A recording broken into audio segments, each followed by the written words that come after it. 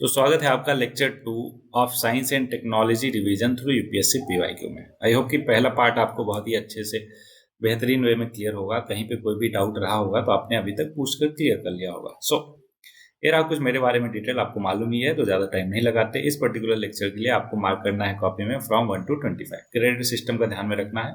I hope कि पिछले question में जितने भी पिछले लेक्चर में जितने भी क्वेश्चन आपसे पूछे थे वो आपने कर लिया होगा। चलो, ये रहा पहला क्वेश्चन आपके सामने। बोला fruits store in a cold chamber exhibit longer life storage life because, कि अगर हम फ्रूट्स जो होते हैं उनको स्टोर कर दें कोल्ड चैम्बर में, है ना, तो उनकी लाइफ बढ़ जाती है। ऐसा क्यों होता है? चारों ऑप्शन में से तो इसका करेक्ट आंसर है कि रेट ऑफ रेस्पिरेशन जो है वो घट जाता है, इस वजह से उनका लाइफ स्पैन बढ़ जाता है। ठीक, ओके, एक्सप्लेनेशन देखेंगे कि fruits are influenced by physiological processes which are respiration or transpiration. Rate of respiration increases with increase in surrounding temperature. जब सराउंडिंग का टेम्परेचर बढ़ता है तो रेट ऑफ रेस्पिरेशन भी बढ़ जाता है।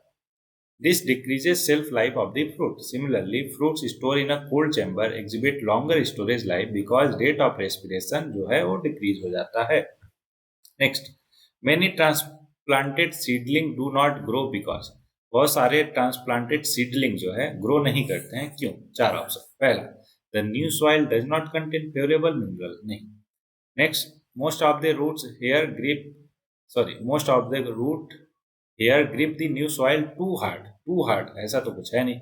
Most of the root hair are lost during transplantation, बिल्कुल सही है कि जब एक जगह से पौधे को उठा के दूसरी जगह लगाना चाहते हैं तो जो उनके रूट हेयर्स होते हैं वो रास्ते में, है ना, या फिर इन ऐसे प्रोसेस को फॉलो करते टाइम, है ना, वो लॉस्ट हो जाते हैं, खो जाते हैं।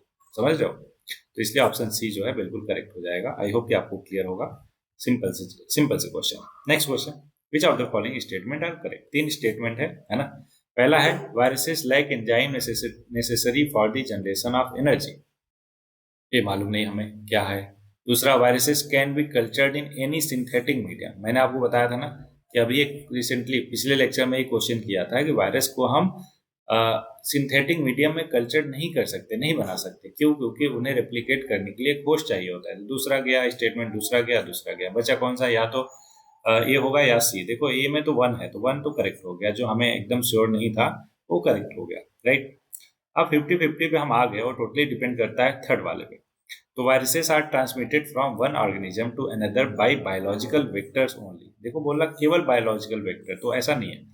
केवल बायोलॉजिकल वेक्टर्स से नहीं, बाकी वेक्टर से भी, बाकी चीजों से भी फैलता है वायरस एक जगह से दूसरे, मतलब एक ऑर्गेनिज्म से दूसरे ऑर्गेनिज्म तक। तो इसलिए तीसरा भी गलत, तो केवल और केवल पहला सही हो गया। ऑप्शन ए हमारा करेक्ट हो गया। तो यही फायदा होता है डिटेल में एनालाइज करने का। एक क्वेश्चन आपने अगर किया होता तो अभी जो पिछले लेक्चर में आपने रिसेंट 21 का आई थिंक क्वेश्चन था उसको आसानी से कर लेते हैं ना। चलो, एक्सप्लेनेशन देखते हैं कि viruses lack metabolism bolic enzymes and thus they can't generate their own energy. They cannot be cultured in any synthetic medium as they required a growth medium containing living cells. A mechanical vector carries a pathogen on its body from one host to another, not as an infection. A biological vector carries a pathogen from one host to another after becoming infected itself. I hope कि आपको एकदम clear हो गया होगा mechanical vector और biological vector में difference. Mechanical vector अपने साथ लेकर दूसरे को इन्फेक्ट करता है, लेकिन बायोलॉजिकल वेक्टर पहले खुद इन्फेक्ट होकर फिर तीसरे को इन्फेक्ट करता है। Okay, viruses are transmitted from one organism to another not only by biological but also by mechanical vectors. I hope कि आपको एकदम अच्छे से क्लियर हो गया होगा। Next question, ball bearing are used in bicycle, cars etcetera. क्यों? चार स्टेटमेंट। पहला, the actual area of contact between the wheel और एक्सल इंक्रीज, नहीं घट जाता। इंक्रीज नहीं, घट जाता है। रिड्यूस, बिल्कुल सही है। The effective area of contact between the wheel और एक्सल इज रिड्यूस, इस वजह से फ्रिक्शन कम होता है और एनर्जी जो है, एनर्जी लॉस बहुत ही कम होता है। दैट्स व्हाई दे इजिली जा पाते हैं एक जगह से दूसरी जगह। तो सी ऑप्शन जो है बिल्कुल सही हो जाएगा। बेसिक क्वेश्चन है तो इसलिए आगे बढ़ते हैं। नोन फोर्सेस ऑफ नेचर क्या क्या है? चार फोर्सेस से पता है हमें, gravity, electromagnetism, weak nuclear force और strong nuclear force. With reference to the which one of the following statement is not correct? ध्यान है, नॉट करेक्ट हमसे पूछा है, चारों में से कौन सा गलत है ना। पहला, gravity is the strongest of the four, बिल्कुल गलत जवाब। क्यों? क्योंकि ग्रेविटी सबसे वीकेस्ट होता है, स्ट्रॉन्गेस्ट नहीं होता। तो अगर स्ट्रॉन्गेस्ट की बात करें तो स्ट्रॉन्ग न्यूक्लियर फोर्स, फिर आता है वीक न्यूक्लियर फोर्स, देन आता है इलेक्ट्रोमैग्नेटिक फोर्स और लास्ट में आता है ग्रेविटेशनल फोर्स। तो ग्रेविटेशनल फोर्स सबसे कमजोर होता है।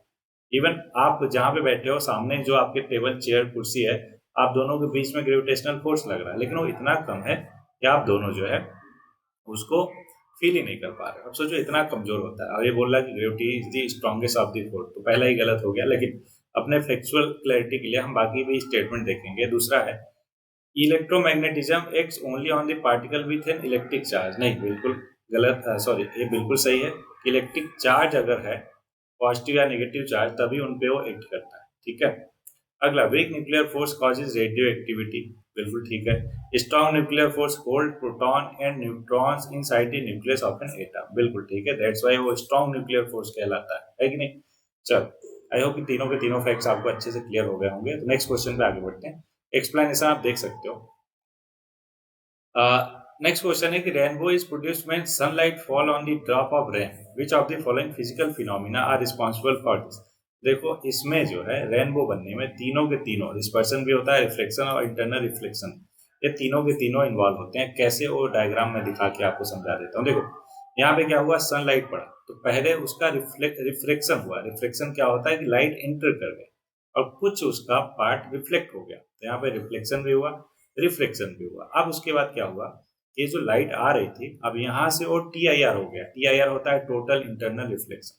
अब वो तक कब होता है, जब क्रिटिकल एंगल से थोड़ा सा कम एंगल पे, सॉरी, थोड़ा ज्यादा एंगल पे लाइट इंसिडेंट करती है तो उसी मीडियम में वापस टकरा के आ जाती है। इसको हम टोटल इंटरनल रिफ्लेक्शन बोलते हैं। तो यहाँ पे आ गया, रिफ्लेक्शन हुआ था, है ना।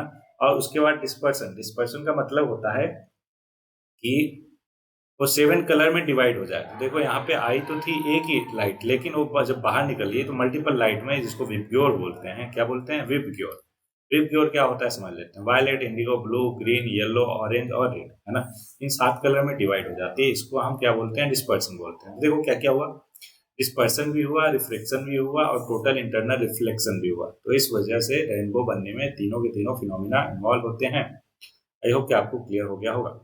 तो डिस्पर्सन क्या होता है, it is process of splitting light into different colour. चलो मैं दिखाई देता हूँ। तो क्या होता है कि जब लाइट कोई प्रिज्म के थ्रू गुजरता है तो 7 कलर में डिवाइड हो जाता है। इस फिनोमिना को हम क्या बोलते हैं, डिस्पर्सन ऑफ लाइट बोलते हैं। और ये 7 कलर कौन कौन सी है, ध्यान दीजिएगा। इन 7 कलर को विबग्योर बोलते हैं। ऐसा उल्टा क्यों मैं लिख रहा, क्यों, क्योंकि सबसे ज्यादा वायलेट जो है डिविएट होती है। सबसे ज्यादा वायलेट डिविएट क्यों हुई, क्योंकि इसका वेवलेंथ सबसे कम होता है। वेवलेंथ कम हुआ तो एनर्जी सबसे ज्यादा। फिर वायलेट, फिर इंडिगो, फिर ब्लू, फिर ग्रीन, फिर येलो, फिर ऑरेंज, फिर रेड। रेड कलर जो है उसका वेवलेंथ ज्यादा होता है, इसलिए वो सबसे कम डिविएट होता है। डिविएट का मतलब क्या हुआ समझो, यहाँ पे लाइट ऐसे जानी चाहिए थी, उसको एकदम सीधे निकल जाना चाहिए था, लेकिन वो क्या हुआ कि बेंड हो गया। तो ये जो बेंडिंग है, जो एंगल है, उसी को क्या बोलते हैं कि कितना अपने पास से वो डिविएट हुआ। तो रेड सबसे कम डिविएट होता है, क्यों, क्योंकि उसका वेवलेंथ बहुत ज्यादा होता है। वायलेट सबसे ज्यादा होता है क्योंकि उसका वेवलेंथ कम होता है। आई होप कि आपको कॉन्सेप्ट बहुत ही अच्छे से क्लियर हो गया होगा। क्लास 10th का है ना, फिजिक्स का कॉन्सेप्ट है। नेक्स्ट क्वेश्चन, ये बोला कि 5 स्टेटमेंट है which of the following are optical illusion. देखो, ऑप्टिकल इल्यूजन ऐसा होता है जो एक्चुअल में नहीं होता, लेकिन हमें बस लगता है, just because of some phenomena involve with lights. Okay, तो इसमें है size of the sun at dusk और colour of the sun at dawn. ये भी है moon being visible at dawn. नहीं, ये तो एक्चुअल में होता है। ट्विंकलिंग ऑफ ए स्टार, बिल्कुल ये भी है। Polar star being visible in the sky, नहीं, ये तो एक्चुअल में होता है। पहला, दूसरा, चौथा जो है ये क्या है, ऑप्टिकल इल्यूजन, कि एक्चुअल में होता नहीं है लेकिन हमें लगता है। बाकी जो स्टेटमेंट, बाकी जो दो है कि मून विजिबल होता है, पोलर स्टार विजिबल होता है, वो एक्चुअल में होता है। ठीक, एक्सप्लेनेशन देख सकते हो, बेसिक चीज है, इसलिए मैं ज्यादा डिटेल में नहीं जा रहा। नेक्स्ट क्वेश्चन है आपके सामने। बोला calcium, iron, sodium, which of the mineral given above is required by the human body for the contraction of muscle. Muscle के कॉन्ट्रैक्शन में कौन कौन से है ना मिनरल इन्वॉल्व रहते हैं, ठीक है, या फिर रिक्वायर्ड होते हैं ह्यूमन बॉडी द्वारा। तो देखो, कैल्शियम तो बिल्कुल चाहिए होती है। अगर कैल्शियम कम रहेगा, है ना, या फिर कैल्शियम की पूर्ति नहीं होगी बॉडी में ना, तो आपकी हड्डियां कमजोर हो जाएंगी, है ना। तो आप जो है कॉन्ट्रैक्शन ऑफ जो मसल है उसमें दिक्कत फेस करोगे। आयरन भी और सोडियम भी, तीनों के तीनों इन्वॉल्व होते हैं, इसलिए ऑप्शन डी जो है करेक्ट आंसर हो जाएगा। इसका एक्सप्लेनेशन देखते हैं कि कैल्शियम, आयरन और सोडियम कैसे हेल्प करते हैं। तो calcium play a fundamental role in muscles contraction. It is release from the sarcoplasmic reticulum with in muscle cell, है ना, enabling the interaction between action actin and myosin filaments leading to muscle contraction. ये दोनों के दोनों क्या है, actin और myosin. ये टाइप ऑफ प्रोटीन है जो फिलामेंट्स बनाती है, जो मसल के है ना मूवमेंट में हेल्प करता है। नेक्स्ट, आयरन की बात करें तो आयरन की एसेंशियल मसल फंक्शन इनडायरेक्टली कैसे, it is a critical component of haemoglobin, सबको पता है, which transport oxygen from the lungs to the muscles. Adequate oxygen supply is vital for energy production during muscles contraction. Sodium कैसे करता है कि sodium ions are involve in the transmission of the nerve signal to the muscles, initiating muscles contraction. They also participate in maintaining the electric potential across cell membrane, which is crucial for muscle function. I hope ये तीनों के तीनों का role पता हो गया आपको। Next, the efforts to detect the existence of Higgs boson particle have become frequent news in the recent past. What is our importance of discovering this particle? है ना, Higgs boson को डिस्कवर करने का क्या फायदा? तीन स्टेटमेंट। पहला, It will help us to understand as to why elementary particle have mass. है बिल्कुल सही है, हिग्स बोसान के पीछे रिसर्च करने का एक मेन पर्पज ये भी है। अगला, It will enable us to see in the near future to develop the technology to transfer matter from one point to another without transversing the physical space between them. ये बिल्कुल गलत बोल रहा है ना, ऐसा कोई भी पर्पज नहीं है हिग्स बोसान के पीछे। अगला, It will enable us to create better fuel for the nuclear fission. ऐसा भी कुछ नहीं है, पहला ही करेक्ट है, तो इसलिए पहला स्टेटमेंट 1 जो है करेक्ट हो जाएगा। चलो इसके बारे में और डिटेल देख लेते हैं कि confirm the existence of Higgs field which is responsible for giving mass to the elementary particle. कौन दे रहा मास? हिग्स फील्ड बोल रहा, दे रहा। तो the discovery of the Higgs boson validates the standard model of particle physics which describe the fundamental forces of particle of nature. Statement 2 गलत है, क्यों है? क्योंकि हाइपोथेटिकल कॉन्सेप्ट है टेलीपोर्टेशन का, है ना, which is no connection to the Higgs field और द पार्टिकल। ध्यान रहे कि क्या है, हाइपोथेटिकल कॉन्सेप्ट है टेलीपोर्ट करने का, कि एक जगह से दूसरी जगह आपको टेलीपोर्ट कर दिया, मतलब फिजिकल मास को टेलीपोर्ट कर दिया, है ना, फिजिकल मैटर को टेलीपोर्ट कर दिया एक जगह से दूसरी जगह। तीसरा स्टेटमेंट भी गलत है कि Higgs boson does not affect the process of fuel used to it. Next, okay, इसमें और कुछ इंफॉर्मेशन है, वो भी ध्यान दीजिएगा कि Higgs boson is a very important particle in the standard model of particle physics. ध्यान रहे, दो टाइप की फिजिक्स, क्या? पार्टिकल क्लासिकल फिजिक्स और मॉडर्न फिजिक्स। मॉडर्न फिजिक्स में ही पार्टिकल फिजिक्स भी बोलते हैं। तो क्लासिकल फिजिक्स क्या होता है? जो बाकी लॉज हम देखते हैं, है ना, वो किससे गवर्न होता है? क्लासिकल फिजिक्स से। लेकिन जो लॉ हमें समझ नहीं आता है या फिर जो बहुत ही माइक्रोस्कोपिक लेवल पे लॉज फिजिक्स का फॉलो होता है, उसको हम पार्टिकल फिजिक्स या क्वांटम फिजिक्स बोलते हैं। It is the result of quantum excitation of the Higgs field, which is a field that fill the entire universe and give mass to the other elementary particle. बस इसको आपको ये जानने की जरूरत है, बहुत ज्यादा डिटेल में नहीं जानना है ना। अगला है, Higgs boson was predicted by several physicists in 1964 में ही हो गया था, but it was only discovered in 2012 by ATLAS and CMS experiment at the Large Hadron Collider। कहाँ पे? एट सन का फुल फॉर्म अब देखोगे। The discovery of the Higgs boson confirmed the existence of Higgs field and validated the standard model of the particle physics. बाकी Higgs boson is also very unstable or decay into other particles almost immediately after it was created. तब जैसे create हुआ है ना, बहुत ज्यादा unstable है और दूसरे पार्टिकल में कन्वर्ट हो गया तुरंत के तुरंत। Next question, which one of the following set of element was primarily responsible for the origin of life on earth? Origin of life, सोचो, बहुत पहले की बात हो रही। Hydrogen, oxygen, sodium? नहीं, सोडियम ऑक्सीजन की तो कोई बात ही नहीं। Carbon, hydrogen, nitrogen? बिल्कुल ये हो सकता है, लेकिन पहले बाकी ऑप्शन भी देखेंगे। Oxygen, calcium, phosphorus? बिल्कुल नहीं। कार्बन, हाइड्रोजन और पोटेशियम? बिल्कुल नहीं। तो बहुत ही बेसिक एलिमेंट्स जो है origin of life on earth के लिए जिम्मेदार हैं, और वो हैं कार्बन, हाइड्रोजन और नाइट्रोजन। आई होप कि आपको होगा clear. Next, to meet its rapidly growing energy demand, some opine that India should pursue research or development on thorium as the future fuel of the nuclear energy। ठीक है, in this context what advantage does thorium help? तीन statement फिर बताना है कौन से correct है। पहला, thorium is far more abundant in nature than uranium. तो देखिए, बिल्कुल एक फैक्ट है कि थोरियम जो है नेचर में ज्यादा है as compare to uranium. On the basis of per unit mass of mined mineral, thorium can generate more energy compare to natural uranium. ये भी बिल्कुल सही स्टेटमेंट है। तीसरा, thorium produces less harmful waste compare to uranium. तो ये भी बिल्कुल ठीक है, इसको नॉलेज के बेसिस पे ही आप कर सकते थे। जो कि पहला, दूसरा, तीसरा है। क्यों? क्योंकि इसमें अगर आप दिमाग लगाने जाओगे तो ये गलत कर बैठोगे। ठीक है, तो इसलिए डी जो है इसका करेक्ट आंसर हो गया। अब ध्यान में रखना, क्यों? क्योंकि अभी हमने देख लिया तीनों के तीनों करेक्ट स्टेटमेंट वही एक्सप्लेन किया होगा, इसलिए हम नेक्स्ट क्वेश्चन पे आ जाते हैं। Electrically charge particle from space travelling at high speed, है ना, जिसको क्या बोलते हैं? सोलर फ्लेयर्स बोलते हैं। Several 100 kilometre can severely harm living being if they reach the surface of the earth. What prevents them from reaching the surface of the earth? तो हम सभी को पता है कि हमारे पास एक जादू है, जादू इन द सेंस साइंस का जादू, जिसको हम बोलते हैं मैग्नेटिक अर्थ मैग्नेटिक फील्ड, जो क्या करता है इन सारे के सारे चार्ज पार्टिकल को, मैंने आपको बताया ना कि अर्थ मैग्नेटिक फील्ड जो है या फिर इलेक्ट्रोमैग्नेटिक फील्ड किसको केवल इफेक्ट कर सकता है? चार्ज पार्टिकल को, तो डाइवर्ट कर देता है उनको किधर? पोल की तरफ। तो पहला ही ऑप्शन करेक्ट हो गया। आई होप कि एकदम क्लियर होगा आपको। सोलर फ्लेयर जो भी आते हैं चार्ज पार्टिकल होते हैं, अर्थ के पास मैग्नेटिक फील्ड होती है, दैट्स वाई वो उन्हें नॉर्थ पोल साउथ पोल मतलब हमारे पोल्स की तरफ धकेल देती है। और वहां पे एक फिनोमिना होता है जिसको बोलते हैं, एक मिनट याद करने दीजिए, जिसको बोलते हैं अरोरा। और अरोरा या फिर अरोरा, देखते हैं अरोरा क्या होता है।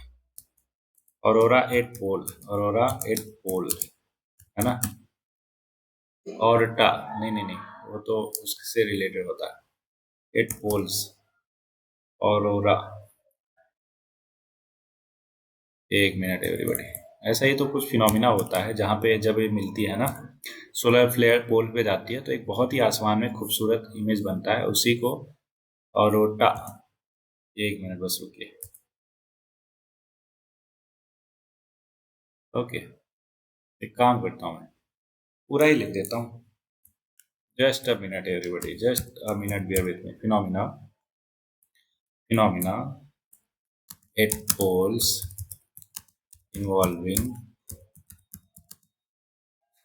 involving solar flare,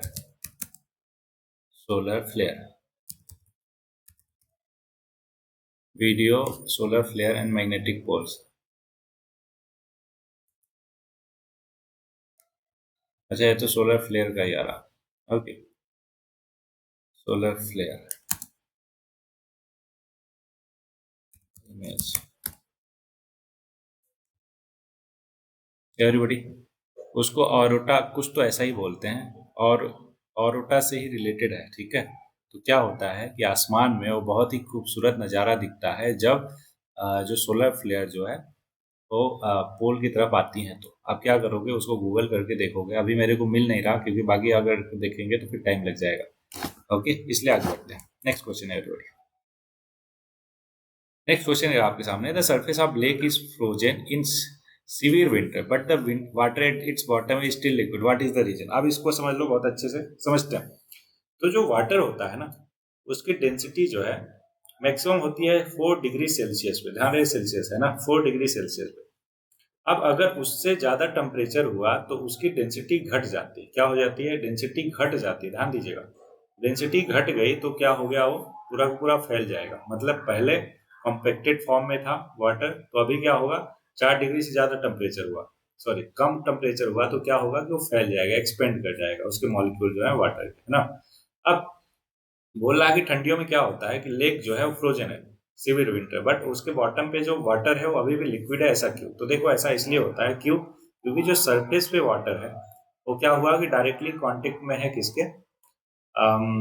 वो डायरेक्टली कांटेक्ट है एटमॉस्फेयर के साथ में। उसके जो नीचे का वाटर है ना, उसका टेम्परेचर कितना है? 4 डिग्री सेल्सियस। तो दैट्स वाई उसका डेंसिटी बहुत ज्यादा है, तो इसलिए वो नीचे है। और डेंसिटी ज्यादा है उसका, इसलिए वो क्या होगा? वो डेंस अगर है तो ऑब्वियस से भारी होता है तो नीचे बैठ जाएगा। मतलब नीचे का जो वाटर है वो डेंस होता है 4 डिग्री सेल्सियस, बल्कि ऊपर का जो वाटर है वो डायरेक्टली कांटेक्ट में एटमॉस्फेयर के, जहाँ पे टेम्परेचर बहुत कम है, तो उसकी जो डेंसिटी है वो कम रहेगी। अभी मैंने बताया कि 4 डिग्री से कम अगर टेम्परेचर है तो डेंसिटी क्या होगी? कम होगी। कम होगी मतलब वो एक्सपेंड कर जाएगा। एक्सपेंड कहाँ पे करेगा? सरफेस पे। तो सरफेस पे एक्सपेंड कर जाता है, दैट्स वाई वो क्या होता है कि नीचे का पानी 4 डिग्री सेल्सियस पे, है ना, वाटर रहता है, और ऊपर जो है पूरा का पूरा बर्फ रहता है। तो इसका करेक्ट आंसर है सी। आई होप कि आपको क्लियर हुआ होगा।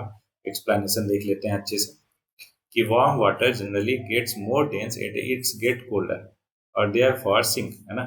वार्म वाटर जो है ज्यादा डेंस हो जाता है जब कोल्ड होता है तो, और सिंक कर जाता है। However, older than 4 degree Celsius water begin expanding and becoming, वही चीज जो मैंने आपको ऊपर बताई, चाहो तो आप एक बार पढ़ लेना, ठीक। Next, a married couple adopted a male child, ठीक है। A few years later, twin boys were born to them. The blood group of the couple is AB positive or O negative. The blood group of the three son is A positive, B positive और O positive. The blood group of the adopted son क्या होगा? I hope कि आपको question समझ आ गया होगा कि couple थे, उन्होंने एक बच्चे को गोद लिया, उसके बाद कुछ टाइम बाद उनके दो बच्चे है ना, जुड़वा बच्चे पैदा हुए। तो अब बताना है कि अगर तीनों बच्चों का blood group A positive, B positive और ओ पॉजिटिव है, तो जो एडॉप्टेड वाला बच्चा है उसका ब्लड ग्रुप क्या है। तो देखो, पेरेंट्स का ब्लड ग्रुप है ए, बी और ओ, ठीक है। तो ओ को हम डबल ओ लिख सकते हैं, किसी के पास अगर ना हो पेयर तो उसको ओ लिख देना, ठीक है। उसके बाद अब यहाँ पे बनाओ, तो ए ओ, फिर इस ए का इसके साथ पेयर, फिर ए ओ बना, फिर बी का ओ के साथ बी ओ हुआ, फिर बी का ओ के साथ क्या हुआ, बी ओ हुआ। तो अब यहाँ पे देखो ध्यान से, यहाँ पे हम देखेंगे कि एओ में कौन सा, एओ बीओ एओ बीओ चार हमारे पास बने, तो इसमें हमें देखना है कौन सा जीन डोमिनेंट है, कौन सा रिसेसिव है। तो देखो ए जीन जो है ना वो डोमिनेंट होता है एज कंपेयर टू ओ, तो इसलिए इसका आउटकम क्या आया ए, इसका आउटकम क्या आया ए, बीओ का आउटकम क्या आया बी, और बीओ का आउटकम बी आया। तो ए या फिर बी होगा उनके बच्चों का। तो जो ए बी पॉजिटिव और बी पॉजिटिव, ए पॉजिटिव और ओ पॉजिटिव तीन थे, तो ए पॉजिटिव बी पॉजिटिव वाले तो उनके बच्चे हो गए, और जो एडॉप्टेड बच्चा है उसका क्या हो जाएगा, ओ पॉजिटिव। वही हमसे पूछा था क्वेश्चन में, ए जो है उसका करेक्ट आंसर हो गया। अच्छा, एक बार और भी देख लेते हैं, एक और एग्जाम्पल लेकर, सच दैट आपको एक कॉन्सेप्ट एकदम क्लियर हो जाए, ठीक है। एक पेरेंट्स है ए, दूसरे पेरेंट्स है बी, मतलब एक पेरेंट्स का फादर का मान लेते हैं ब्लड ग्रुप है ए और मदर का बी, तो उनके बच्चे का ब्लड ग्रुप क्या क्या हो सकता है। तो मैंने आपको समझाया कि आप सिंपली क्या करोगे, ए ओ और बी ओ लगा दो। अब देखो ध्यान से, ए और बी में अगर देखा जाए तो ए बी हो गया, फिर ए ओ, फिर ओ और बी, तो ओ बी और ओ ओ। तो इन सब में देखो जो डोमिनेंट और रिसेसिव वाला कौन सा है, ए बी में डोमिनेंट कौन है ए ओ में ए, ओ बी में बी और ओ में ओ। तो उसके बच्चे का ए हो सकता है, बी हो सकता है या फिर ओ हो सकता है। आई होप कि आपको क्लियर हो गया होगा कि कैसे ब्लड ग्रुप निकालते हैं। ओके, चलो आगे बढ़ते हैं। तो मैंने डिटेल में समझा ही दिया, आई होप कि उसकी जरूरत नहीं होगी, अगर चाहिए आपको तो देख लो सकते हो explanation. Next, the function of heavy water. Heavy water का फॉर्मूला जरा बताना, D2O है ना, ड्यूटेरियम ऑक्साइड, बिल्कुल सही। In a nuclear reactor is to, क्या करता है वो काम, slow down the speed of neutrino या increase the speed of neutrino, नहीं स्लो डाउन ही करता है, कूल डाउन तो नहीं होगा, है ना। और क्या है, स्टॉप द न्यूक्लियर रिएक्शन, क्या बात है। तो पहला ही है slow down the speed of neutrino, neutrons जो होते हैं उनका स्पीड को स्लो डाउन करने के लिए हेवी वाटर इस्तेमाल किया जाता है। मॉडरेटर जो है वो रिक्वायर्ड होता है स्लो डाउन करने के लिए न्यूट्रॉन्स को produce during the fusion reaction so that the chain reaction can be sustain. आपको मालूम है कि चलो डिटेल में नहीं जाते, ऐसे समझो कि जब यूरेनियम पे बम्बार्डिंग कराते हैं हम इसका न्यूट्रॉन्स का, तो एक न्यूट्रॉन से 3 न्यूट्रॉन रिलीज होते हैं। अब उसको स्टॉप करना होता है, अदरवाइज 3 से 9, 9 से 27, 27 से 81, ऐसे इतने सारे न्यूट्रॉन रिलीज होंगे, इसी को चेन रिएक्शन बोलते हैं। तो उसी को स्लो डाउन करने के लिए है ना हम इस्तेमाल करते हैं हेवी वाटर का, ठीक।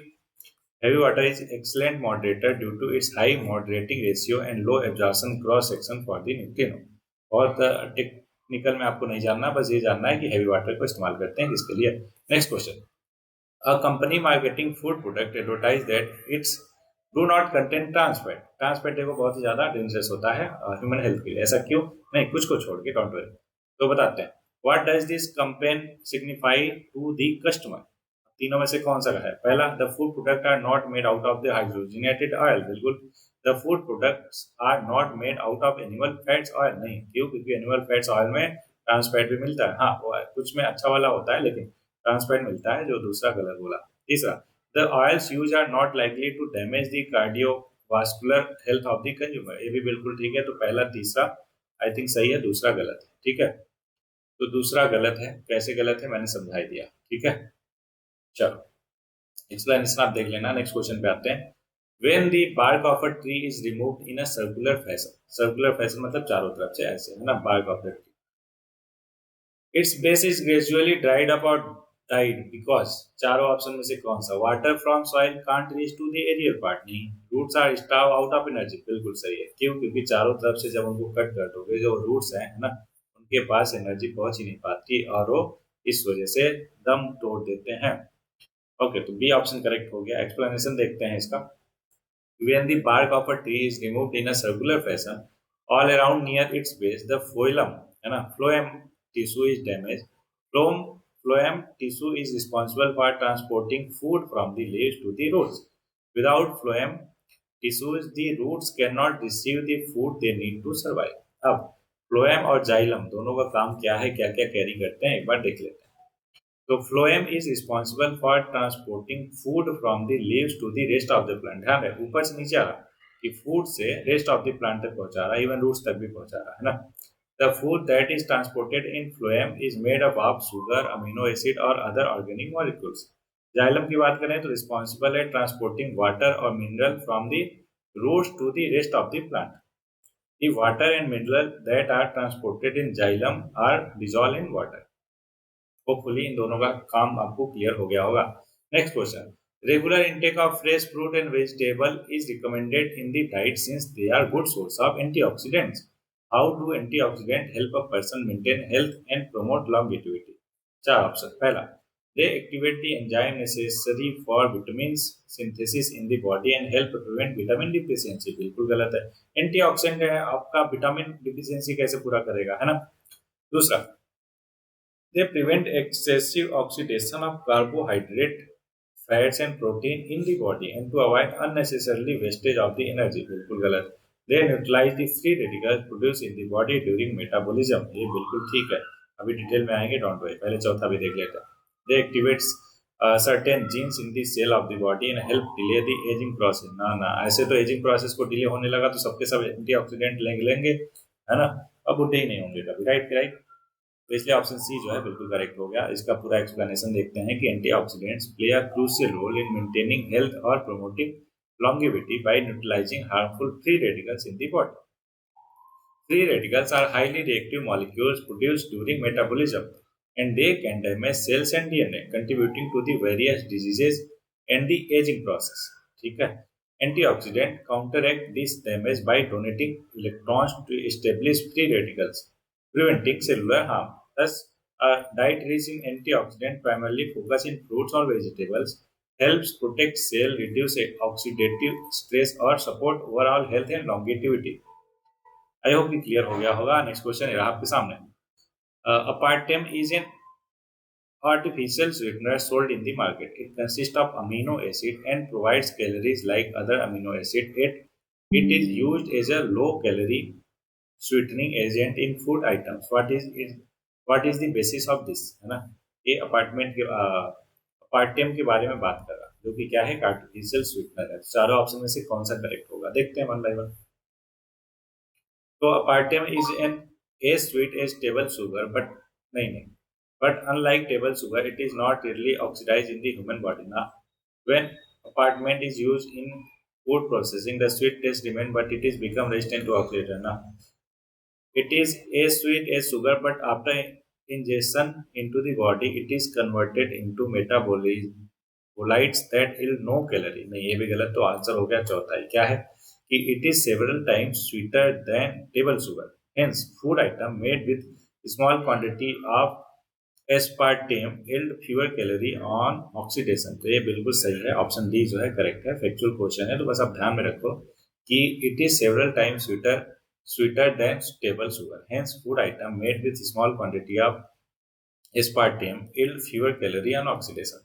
Aspartame is an artificial sweetener that is about 200 times sweeter than sugar। सोचो 200 टाइम्स स्वीटर है शुगर से। This mean that you need much less aspartame to achieve the same sweetness as sugar। This is why food item made with aspartame yield fewer calorie on oxidation। When aspartame is ingested, it is broken down into its constituent amino acid or methanol। The body metabolizes this component in same way as aspartic acid, L-phenylalanine, okay, and methanol from other foods। These components yield no calorie and add nothing to the diet। ठीक, बाकी information है ना।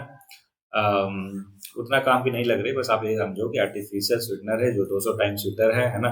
Oxidation जो है yield fewer calorie on oxidation, है ना। और amino acid और मेथनॉल होता है उसमें। ये सारे के सारे इन्फॉर्मेशन, ठीक है। नेक्स्ट क्वेश्चन है, what is the difference between CFL, है ना, और एलईडी। CFL और एलईडी के बीच में क्या डिफरेंस है? आपको मालूम ही है एलईडी का मतलब क्या हुआ, लाइट इमिटिंग डायोड, और CFL का मतलब क्या हुआ कॉम्पैक्ट फ्लोरोसेंट और लैम्प, ठीक। तो दोनों में डिफरेंस बताना है। तीन स्टेटमेंट। पहला, to produce light a CFL uses mercury vapor and phosphorus while an LED lamp uses semiconductor material। बिल्कुल सही है।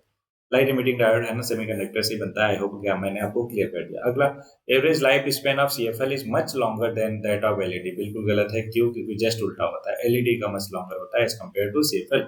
और CFL is less energy efficient as compare to LED. ये भी बिल्कुल ठीक है। तो पहला और तीसरा सही हुआ, आंसर हो गया सी। आई होप कि क्लियर है, पूरा पूरा डिटेल में समझा दिया, इसलिए नेक्स्ट क्वेश्चन पे आगे बढ़ जाते हैं। नेक्स्ट क्वेश्चन है, layer in the earth atmosphere called ionosphere facilitates radio communication। क्यों? पहला, the presence of ozone causes the reflection of the radio wave to the earth. बिल्कुल गलत है। स्ट्रेटोस्फीयर में मिलता है क्या? Ozone layer. तो ये तो गलत हो गया पहला। दूसरा, radio waves has a very long wavelength. तो ये देखो बिल्कुल सही है, लेकिन रेडियो वेव में भी कई टाइप के होते हैं, ठीक है। ऐसा नहीं कि केवल एक ही टाइप का रेडियो वेव होता है, इसलिए उसमें कुछ कम होते हैं, कुछ ज्यादा होते हैं। जैसे माइक्रो रेडियो वेव का बहुत कम होता है ना, और AM उसका ज्यादा होता है। दैट्स वाई दूसरा गलत हो गया, पहला भी गलत, तो ऑप्शन डी हो जाएगा। तो इसका एक्सप्लेनेशन देख सकते हो आप कि ionosphere is a layer of the earth atmosphere that is ionized by solar radiation। This means that the atoms and molecules in the ionosphere have lost some of their electrons। The free electrons in the ionosphere reflect radio waves, which is why the ionosphere facilitates radio communication। Ozone is the gas that is found in the stratosphere, a layer of the earth atmosphere that is located above the ionosphere। Ozone does not reflect radio wave। दूसरा statement गलत है। क्यों? क्योंकि radio wave can have a wide range of wavelengths। Some radio waves, such as AM radio waves, have very long wavelength, while others, such as microwave radiation, have very short wavelength।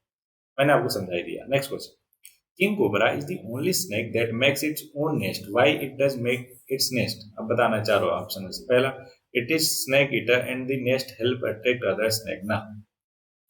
It is viviparous snake and need a nest to give birth to its offspring. ठीक है। अगला पहले भी देख लेते हैं। It is an oviparous snake. नहीं, oviparous नहीं होता। अगला, it is large cold blooded animal and need nest. नहीं, ये दूसरा ऑप्शन जो है वो बिल्कुल सही है कि अपने ऑफस्प्रिंग को बर्थ देने के लिए वो भी क्या बनाते हैं? नेस्ट बनाते हैं। कौन? King cobra. ठीक। चलो एक्सप्लेनेशन देखते हैं कि king cobra is an oviparous snake. Sorry, माफ कीजिएगा, ये क्वेश्चन, एक मिनट रुकिए बस, माफ कीजिएगा, इसका ऑप्शन बी नहीं होगा, यहाँ पे मेरे से गलती हुआ है ना।